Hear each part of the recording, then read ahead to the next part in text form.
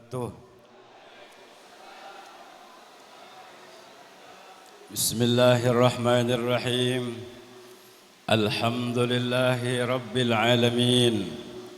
Wa bihi nasta'inu ala umurid dunya waddin. Wassalatu wassalamu ala asyrafil anbiya'i wal mursalin. Sayyidina wa habibina wa syafi'ina wa tabibi qulubina Muhammad wa ala alihi wa ashabihi wa azwajihi wa ahli baitihi wa dhurriyyatihi wa atba'ihi ila yaumiddin, amma ba'd.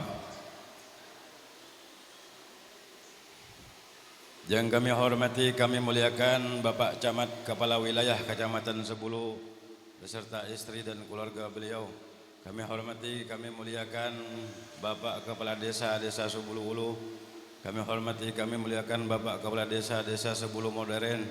Kami hormati, kami muliakan saudara dari Dewan Perwakilan Rakyat Daerah Kota Kartanegara, Bapak Pirnadi Haji Pirnadi dan Bapak Muhammad Idham. Kami hormati, kami muliakan Bapak Kepala Sekolah MTS Bahrul Ulum, Miftahul Ulum. Kami hormati, kami muliakan pimpinan TSC ini apa sebutannya? Ustadz Syar'i apa sebutannya? Direktur. Tidak sempat tanya tadi. Kami hormati, kami muliakan Bapak Direktur TSC itu apa tadi? Tilawati Education Center beserta seluruh staf dan jajaran beliau. Kami hormati, kami muliakan Tuan Guru Haji Munasir mata'allah fi tuli hayatih. Kami hormati Tuan Guru Muhammad Ridwan mata'allah fi tuli hayatih. Kami hormati, kami muliakan seluruh hadirin wal hadirat dan seluruh yang terlibat dalam acara pada hari ini.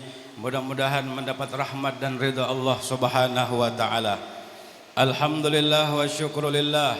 Kita panjatkan puji dan syukur kita kepada Allah Subhanahu wa taala di pagi menjelang siang hari ini dengan izin kehendak dan perkenan daripada Allah Subhanahu wa taala kita dikumpulkan di dalam tempat yang mulia, di tempat mana adalah acara diadakan berhubungan dengan kalamullah, acara yang bersambung dengan firman Allah Subhanahu wa taala, acara yang ada sambungan dengan kalam yang paling mulia, perkataan yang paling tinggi, yakni Al-Qur'an. Salawat dan salam kepada junjungan kita baginda Nabi besar Muhammad sallallahu alaihi wasallam. Demikian pula seluruh keluarga beliau, seluruh sahabat beliau. Semoga kita ditetapkan sebagai pengikut beliau selama-lamanya dunia dan akhirat. Amin ya rabbal alamin. Hadirin wal hadirat yang dirahmati Allah Subhanahu wa taala. Tadinya saya rencana ceramah 2 jam. Cuma karena kelihatannya sudah setengah lapar. Tapi habis dah makanan dibagi yuk. Sudah dibagi habis sudah. Dan tidak lama lagi waktu ini menjelang zuhur, lawas lagi. Hadirin wal hadirat yang dirahmati Allah Subhanahu wa taala, hanya mungkin angan mengingatkan saja bahwa acara yang diadakan hari ini sambungannya dengan Al-Qur'an. Tilawati adalah teknik bagaimana mudah dan cepat cara mempelajari membaca Al-Qur'an.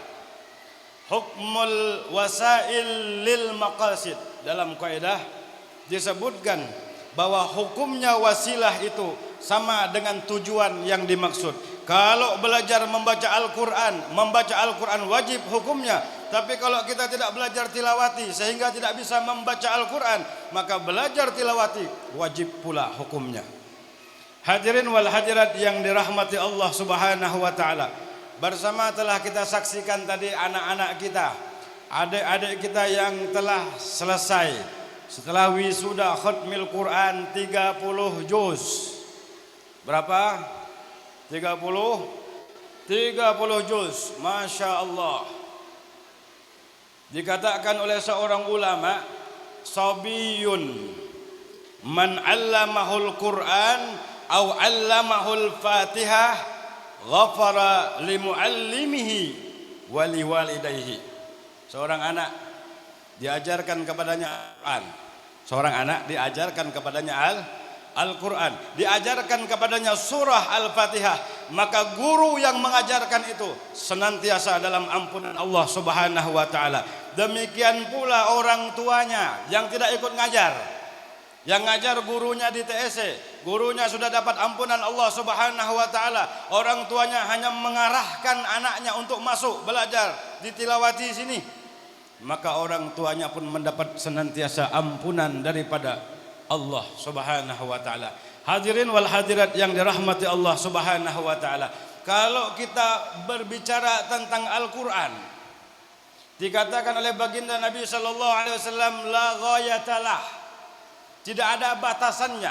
Ketika kita menceritakan membahas tentang kemuliaan Al-Qur'an, tidak ada batasnya. Tidak ada batasnya karena Al-Qur'an adalah kalamullah. Al-Quran adalah perkataan Allah Subhanahu wa taala. Sehingga diriwayatkan suatu hari ada seorang laki-laki datang. Saya tidak lama, paling lama setengah jam, insyaallah. Tapi bisa 15 menit selesai ini. Pernah datang seorang laki-laki datang kepada baginda Nabi besar Muhammad sallallahu alaihi wasallam menanyakan, ya Rasulullah, ma ajru man 'allamal Qur'an? Orang yang mengajarkan Quran itu apa pahalanya? Apa ganjaran yang diberikan Allah Subhanahu wa taala? Apa jawaban Nabi? Seperti yang saya katakan tadi, Al-Qur'an kalamullah la ghayatalah.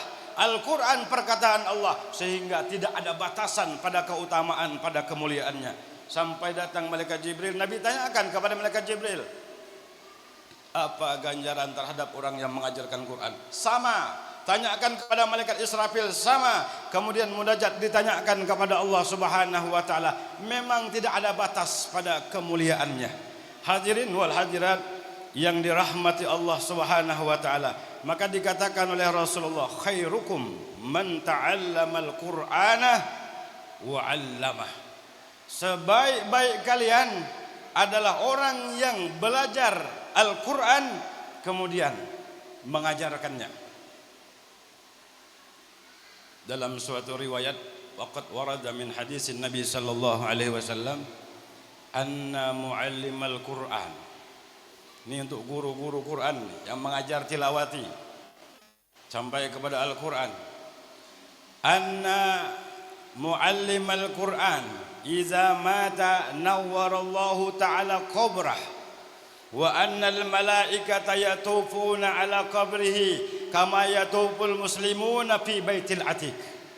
Orang guru-guru ngaji nih, guru-guru ngaji yang ngajar tilawati, yang ngajar Quran, bila mana mereka meninggal dunia, Allah terangi kuburnya. Bukan sampai di situ. Wa annal malaikata, dan malaikat tawaf di kuburan mereka. Guru-guru ngaji semuanya, yang ngajar Al-Quran semuanya, yang ngajar tilawati semuanya, yang mengajarkan orang Al-Quran, kuburnya ketika ia meninggal dunia diterangi oleh Allah Subhanahu wa taala, dan kuburnya ditawafi oleh para malaikat. Malaikat tawaf ila yaumil kiamah, sebagaimana orang-orang Islam tawaf di Baitul Atiq, sebagaimana orang beriman tawaf di Ka'bah yang ada di kota Makkah. Seperti itulah kuburnya orang-orang yang mengajarkan Al-Quran. Kenapa demikian? Ini kalam adalah perkataan Allah Subhanahu wa taala. Hadirin wal hadirat yang dirahmati Allah Subhanahu wa taala, maka orang dulu itu tidak jauh dengan Quran. Maka hidup dalam dunia ini jangan sampai tidak ada hubungan dengan Al-Quran. Dikatakan oleh Nabi sallallahu alaihi wasallam, ikra'ul Quran, baca Al-Quran dalam sehari semalam. Jangan tidak baca. Ada ulama kalau dia berteman dengan kawan-kawannya dilarang membaca sesuatu sebelum kau baca Quran. Hari ini nih, jangan baca sesuatu. Kalau belum baca Al-Quran, jangan membaca sesuatu. Tulisan di dinding, jangan dibaca. Wisuda khotmil Quran 30 juz, jangan dibaca. Karena belum baca Al-Quran. Jalan di kota, habis dibacanya semua. Bank BCA, Bank BNI, Bank BRI, habis dibaca semua. Sementara dia belum baca Al-Quran walau ayat, walau seayat. Kau mulai harimu dengan baca Al-Quran walaupun satu ayat, sehingga kau bebas baca yang lain. Demikian pula malam, mulai dengan bacaan Al-Quran, kemudian silakan baca yang lain. Maka Nabi SAW mengatakan, Iqra'ul Quran fa innahu ya'ti yaumal qiyamati syafi'an li ashabih. Pak Ustaz terus saja kah? Dikit lagi. Baca Al-Quran. Bagaimana bisa baca? Tidak belajar. Hadir di TSC, masuk tilawati, bisa baca Quran, bisa melaksanakan perintah baginda Nabi sallallahu alaihi wasallam. Iqra'ul Quran, baca oleh kalian akan Al-Quran. Ada apa ya Rasulullah? Fa innahu ya'ti yaumal qiyamati syafi'an li ashabih. Quran akan datang nanti pada hari kiamat menolong para sahabat-sahabatnya. Siapa sahabat Al-Quran? Muta'allimul Quran, belajar ngaji, sahabatnya. Wa muallimul Quran, yang mengajari orang ngaji, sahabatnya. Orang yang mempelajari ilmu Al-Quran, sahabatnya. Orang yang menghafalkan Al-Quran, sahabatnya. Orang yang mengamalkan Al-Quran, sahabatnya. Minimal jangan lepas daripada muta'allimul Quran. Jangan tidak belajar mengaji Al-Quran. Kalau lepas daripada ini, lepas dari persahabatan antara kita dengan Quran. Hadirin wal hadirat yang dirahmati Allah Subhanahu wa taala. Makanya guru-guru kita dahulu, sebelum kita baca Quran, ambil Quran dengan hormat ta'zim. Orang dulu diletakkan di kepala. Dia bersuara kepada Allah, ya Allah, lancarkan, mudahkan, pahamkan aku Al-Quran. Kemudian dicium. Ini orang dulu dicium Al-Quran. Ya Rasulullah, terima kasih engkau telah wariskan ini kitab kepada kami. Kemudian dipeluk. Baru dia bicara kepada Quran, Al-Quran, jangan pernah kau pisahi aku dunia sampai negeri akhirat. Hadirin yang dirahmati Allah Subhanahu wa taala, nanti pada hari kiamat dia datangi orang-orang ini. Mana orang-orang tilawati dulu yang mengajarkan kepada orang membaca Al-Quran, sehingga orang bisa baca Al-Quran, sehingga yang bisa baca Al-Quran menjadi guru Al-Quran lagi, sehingga muridnya menjadi guru lagi, terus menerus. Ini bagaikan tanaman yang mekar ke bawah, pahalanya tak terbataskan lagi. Makanya orang belajar Quran, ngaji, tidak sempat bisa. Misalnya belajar ngaji sekian tahun tidak bisa, sampai dia meninggal dunia belum bisa baca Quran. Apa yang terjadi? Arsalallahu malaikata yu'allimuhu fi qabrihi. Jadi kita belajar tidak dapat ngaji, tidak dapat kawan dapat semua, kawan bisa semua, kita tidak bisa sampai datang kematian pun belum bisa baca Al-Quran. Apa yang terjadi? Allah utus malaikat masuk ke dalam kuburnya, ajarkan dia Al-Quran. Begitulah kemuliaan Al-Quran. Allahumma arhamna bil Quran. Sallu ala Nabi Muhammad. Hadirin wal hadirat yang dirahmati Allah Subhanahu wa taala. Sebut ting lagi ya. Ting lagi. Sayyidina Abu Hurairah radhiyallahu an pernah berkata, Innal baita idza tuliya fihi al-Quran. Rumah bila dalam rumah itu dibacakan Al-Quran, maka Allah luaskan rezeki rumah tangga itu. Kemudian Allah masukkan banyak kebaikan ke dalam itu rumah. Allah datangkan para malaikat ke dalam itu rumah. Syaitan diusir keluar oleh Allah Subhanahu wa taala. Kalau orang baca Quran di dalam rumahnya. Kemudian kebalikannya kata beliau, setiap rumah yang tidak dibacakan di dalamnya Al-Quran, rumah itu sempit rezekinya. Dan Allah kurangi sedikitkan kebaikan yang masuk di dalam itu rumah. Allah keluarkan para malaikat, Allah masukkan ke dalam itu rumah syaitan. Makanya rumah bahantu. Rumah bahantu. Itu bahasa orang dulu, rumah bahantu. Tidak ada orang baca Quran. Makanya Nabi pesankan, nawwiru manazilakum bis salati wa qiraatil Quran. Terangi rumahmu dengan salat. Laki-laki salat sunnahnya, perempuan salat wajib dan sunnahnya. Wa qiraatil Quran. Baca Quran. Walau sedikit, hari-hari baca Quran. Memang kalau orang dulu, orang-orang ahli ibadah itu, dia harus khatam Quran 2 kali dalam seminggu. Orang-orang yang menata hatinya, menata batinnya suluk kepada Allah Subhanahu wa taala, mereka harus khatam Quran sekali dalam seminggu. Nah, orang yang sibuk menyampaikan ilmu yang bermanfaat, sibuk dengan keilmuan agama, mutalah kitab dan lain sebagainya, mereka tidak apa-apa menghatam Quran sebulan sekali. Menetam-netam nih kau aja setahun sekali yo. Bulan puasa hari-hari aja, hari-hari, biar sedikit hari-hari. Orang dulu bahkan istikharah, tahu istikharah, memilih suatu pilihan mana yang baik lewat Quran. Karena dikatakan dalam Quran, wala ratbin wala yabisin illa fi kitabim mubin wa ahsaynahu kulla syai'in fi imamin mubin. Semua dalam Al-Quran.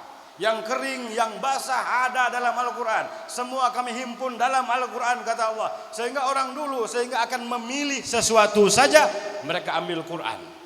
Ambil Quran. Buka. Tidak pilih, buka saja. Istikharah bil Quran.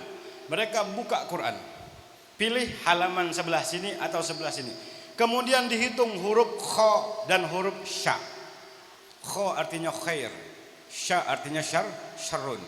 Kalau khair berarti bagus. Kalau syarrun berarti tidak apa? Tidak bagus. Buka, hitung.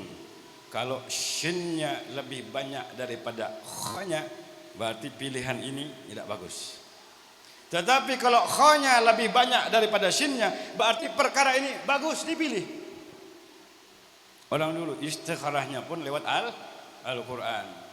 Ada orang datang kepada saya mengatakan, kalau ada hajat yang tidak kabul, ambil Quran letakkan di kepala, baru minta kepada Allah. Ya Allah, cuma baca dulu Qurannya, baca dulu, jangan sepinta-pinta mah ngaji ya dulu leh. Habis ngaji baru taruh di kepala, minta.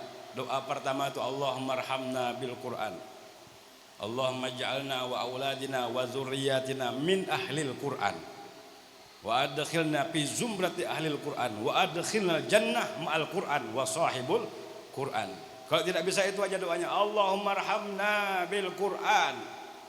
Hadirin wal hadirat yang dirahmati Allah Subhanahu wa taala, Al-Quran ini kalau jadi sahabat kita, hari-hari kita baca, nanti ketika kematian datang, waktu jenazah kita dikafani, dia sudah datang. Quran sudah datang. Tidak percaya, mati duluan. Ketika jenazah ini dikafankan, dibungkus jenazahnya, Al-Quran datang. Si jenazah ini pun kaget melihatnya. Man huwa, siapa dia? Begitu hampir dekat, siapa engkau? Engkau siapa? Begitu tampannya, begitu cantiknya, begitu rupawannya, begitu harumnya, begitu bersihnya ini orang. Siapa engkau? Belum pernah kulihat seumur hidupku. Apa yang dia katakan? Ana Al-Quran alladzi qara'ta. Aku adalah Al-Quran yang telah kau baca dalam dunia. Sahabat, makanya ditaruh di kepala, dicium di sini, dipeluk sini, masuk ke dalamnya. Sahabat, orang dekat dengan Al-Quran. Jangan jauh-jauh dengan Al-Quran, dekati Al-Quran, akrab dengan Al-Quran, sebagaimana suami dekat kepada istrinya. Seperti itu Al-Quran.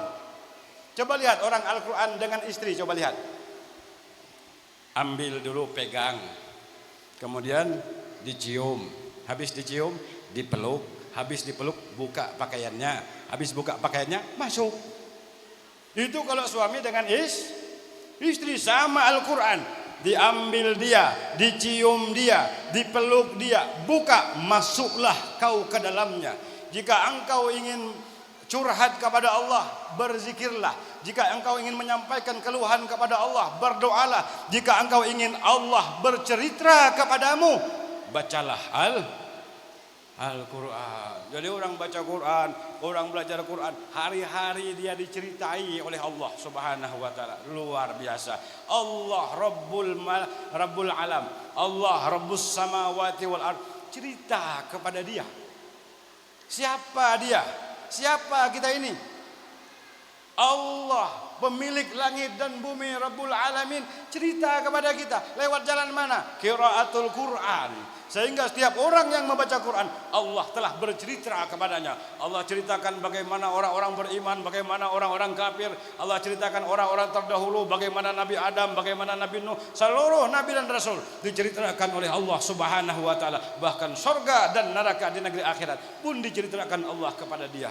Allah cerita kepada seorang hamba karena hamba membaca kalamnya Al-Quran. Yang terakhir kali, saudaraku, janganlah lepas hubungan dengan Al-Quran. Jadikan diri kita sahabat dari Al-Quran. Apakah kita orang yang belajar Al-Quran? Apakah kita orang yang mengajarkan Al-Quran? Apakah kita orang yang membaca Al-Quran? Apakah kita orang yang mengenci Al-Quran? Apakah orang yang mengamalkan Al-Quran? Jangan lepas dari persahabatan dengan Al-Quran. Ia datang menolong kepada sahabat-sahabatnya sampai ke dalam surga pun tidak dipisahinya. Dikatakan oleh Nabi sallallahu alaihi wasallam, wal Quran lam yufarikhu hatta nazalahu fi badil karamah maya afdalu ma yatamanna. Orang sahabat Quran ini dijemputnya, dikubur, ditemaninya, ditimbangan, dia berarti timbangan kebaikan, menyeberang jembatan Siratal Mustaqim bersama Al-Quran, kalbarkil khatib, seperti kilat yang menyambar. Kemudian apa begitu sudah sampai di sorga, apa Quran meninggalkan sahabatnya? Tidak. Dipastikan ini sahabatnya sudah mendapat kedudukan yang mulia, yang hebat, lebih dari yang dia inginkan. Baru ia lepaskan ini ashabnya. Mudah-mudahan kita semua dan anak cucu zuriat keturunan kita menjadi sahabatnya Al-Quran, menjadi ahlinya Al-Quran. Semoga kita hidup dengan Al-Quran, mati dengan Al-Quran, mendapatkan syafaat Al-Quran, masuk ke dalam surga bersama dengan Al-Quran. Amin ya Rabbal. Ini saja mungkin yang dapat kami sampaikan, hanya sekedar mewarnai, melengkapi acara pada hari ini. Mudah-mudahan yang singkat ini ada manfaatnya dunia akhirat. Hadza minni wal afu minkum. Assalamualaikum warahmatullahi wabarakatuh.